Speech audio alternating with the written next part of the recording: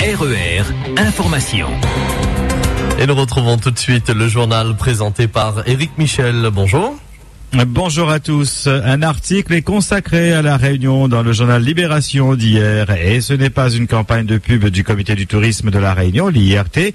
Il est signé du correspondant du journal ici à La Réunion, Laurent Decloître, et le titre fait dans le sensationnel, et je le cite, « Les fouilleurs de la décharge de Saint-Denis de La Réunion ». Fin de citation. L'article illustré d'une vidéo en caméra cachée montre des personnes en train de récupérer ce qu'elles peuvent dans les ordures de la Jamaïque à Saint-Denis après que les camions aient déversé leur contenu. Le journaliste y va de son commentaire, et je le cite encore, « À La Réunion, s'alimenter coûte plus cher qu'en métropole.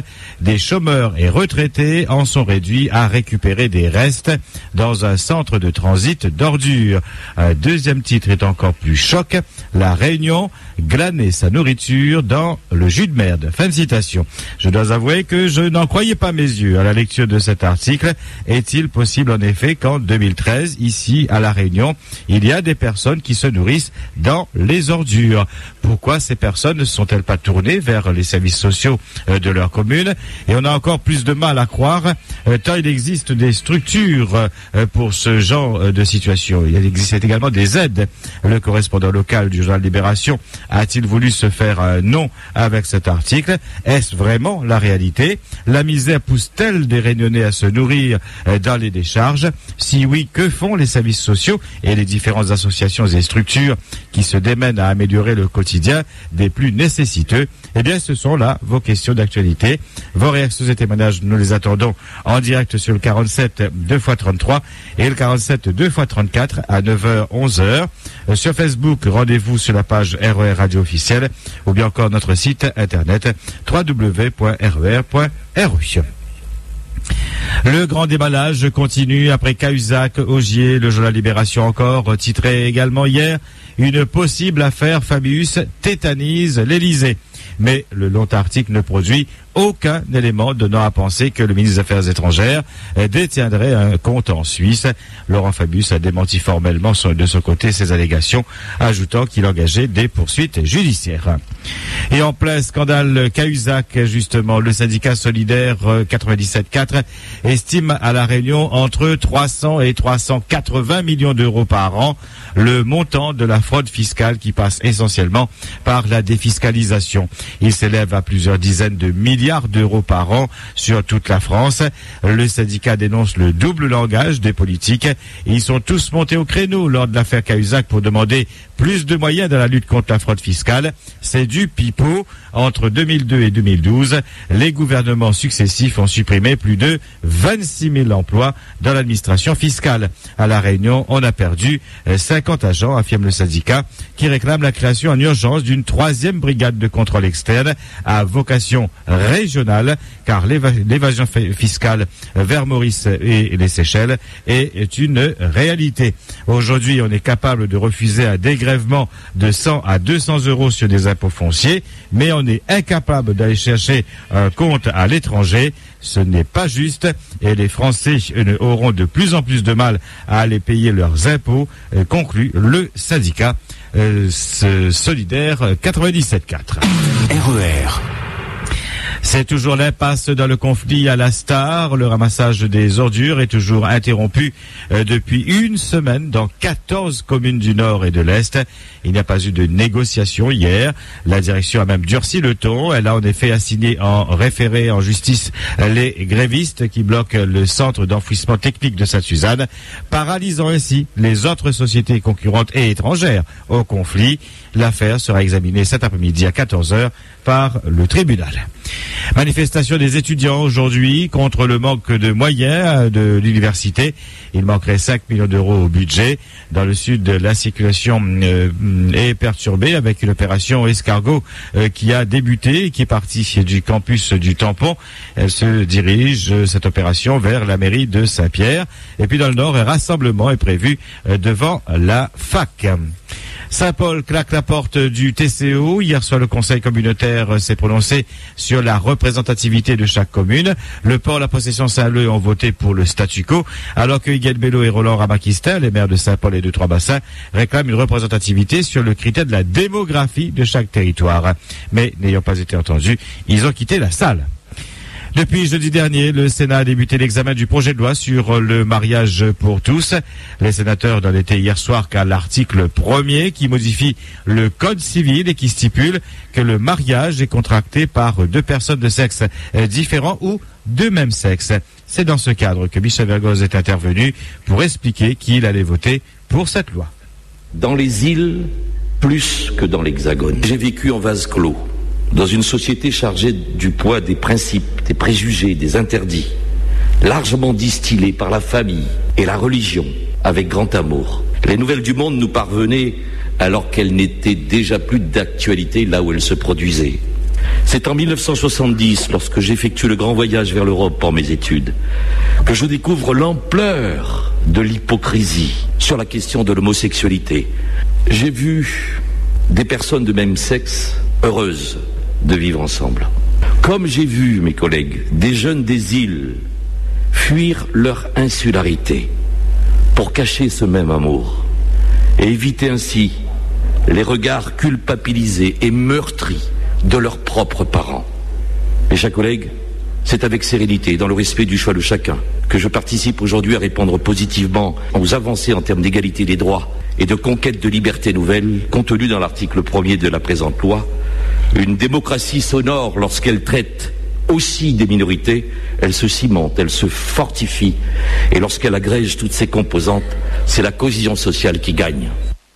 Le vote sur ce premier article aura lieu cet après-midi. Rappelons que deux autres sénateurs, Paul Vergès et Jacqueline Farérol de l'UMP, voteront pour. Seul Michel Fontaine s'opposera au texte.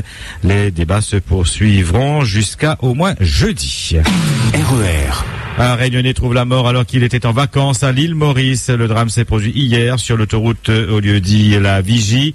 La voiture dans laquelle il se trouvait a fait une sortie de route et a fini sa course dans le fossé. Le Réunionnais a été tué sur le coup. Son épouse et le chauffeur de la voiture ont été hospitalisés dans un état jugé grave. Violente dispute jeudi dernier. Un homme de 32 ans a porté 8 coups de couteau, dont 6 au visage, à son ex-petite amie âgée de 17 ans parce que cette dernière venait de recevoir un texto. Il a agi par jalousie alors qu'il était séparé d'elle depuis 1 mois. Après une relation de 4 ans, il a écopé de 4 ans de prison ferme. Mort atroce samedi d'un adolescent mahorais installé à Nancy depuis 2005 avec sa famille. Le jeune garçon de 17 ans est mort broyé dans un camion de ramassage des poubelles après s'être installé dans un conteneur à ordures. Selon les premiers éléments de l'enquête, il aurait trop bu et se serait réfugié dans cette benne pour dormir ou se réchauffer. Il a bien crié selon les employés, mais il était trop tard pour arrêter la broyeuse. Une enquête a été ouverte. Le jeune Salasien de 19 ans qui, dans la nuit de jeudi à vendredi, avait foncé sur un gendarme lors d'un contrôle sur la 4 rue de Sainte-Marie a été jugé hier par le tribunal correctionnel de Saint-Denis. Ce soir-là, avec quelques amis, il revenait d'une tournée des bars et avait bu plus que de raison. À la vue de l'uniforme au milieu de la route, il a failli renverser le militaire qui a tiré pour l'obliger à s'arrêter. La balle s'est logée dans la portière. Le chauffard a lui été victime d'une sortie de route 800 mètres plus loin. À la barre, il expliquait avoir agi ainsi parce qu'il avait paniqué. Le jeune homme n'avait pas le permis ni d'assurance. Il a été condamné à 12 mois de prison, dont 6 mois ferme et 1 000 € de dommages et intérêts aux gendarmes, sur qui il a foncé. RER. Dans notre région, Edgar Razafindrav a été choisi par Ange Radjoel pour représenter son mouvement à l'élection présidentielle du 24 juillet prochain. Âgé de 52 ans, le maire d'Antananarive et propriétaire du journal L'Express ne sera pas seul à vouloir succéder à l'actuel président de la transition. Le vice-premier ministre a en effet décidé, lui aussi, de faire cavalier seul. Imelda a été baptisée comme prévu. La tempête tropicale modérée se trouvait à 4 heures à 1260 km au nord-est de la Réunion par les points 11.6 sud et 62.4 est. Elle se déplace vers l'ouest-sud-ouest à 19 km/h. Le système est prévu de se renforcer encore pour atteindre le stade de cyclone d'ici 48 heures. Sa trajectoire reste encore incertaine, mais la majorité des modèles l'a fait passer entre l'île Maurice et l'île Rodrigue. L'échéance est en fin de semaine.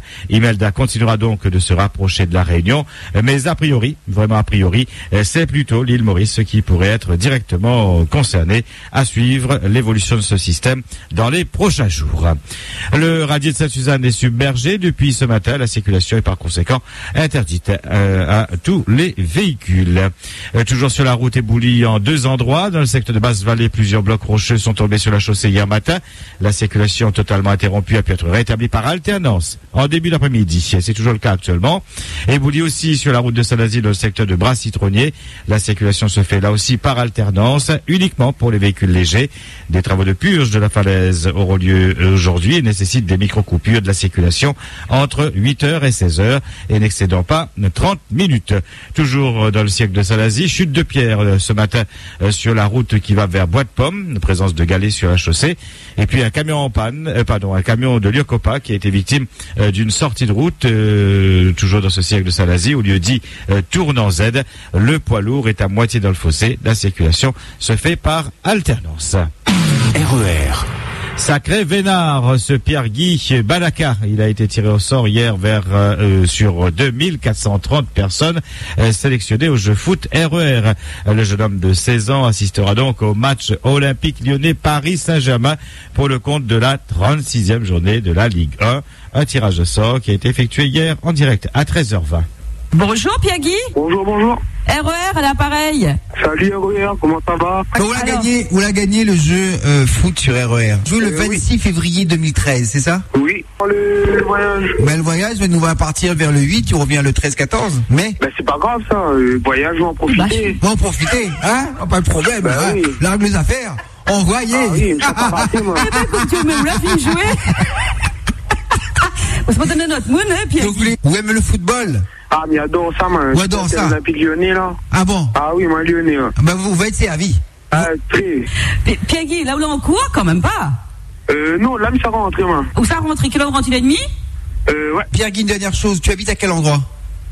Moi j'habite au Tampon. Au Tampon, d'accord. Pierre-Guy du Tampon, un jeune homme de 16 ans qui a gagné ce lot, c'est merveilleux, il aime le football, il aime Lyon, et là il arrête pas ça, là ça va, là, il n'a pas foutu. Pierre-Guy nous rappelle là où, les bons? Ok, panique. Allez, à bientôt. Salut, félicitations. Ah. Bravo encore et bon voyage Pierre-Guy, ce qui nous amène au quart de finale retour de la Ligue des Champions ce soir. Dortmund affrontera Malaga, Galatasaray défiera le Real de Madrid avant le choc Barcelone-PSG, Juventus Bayern de Munich demain. RER.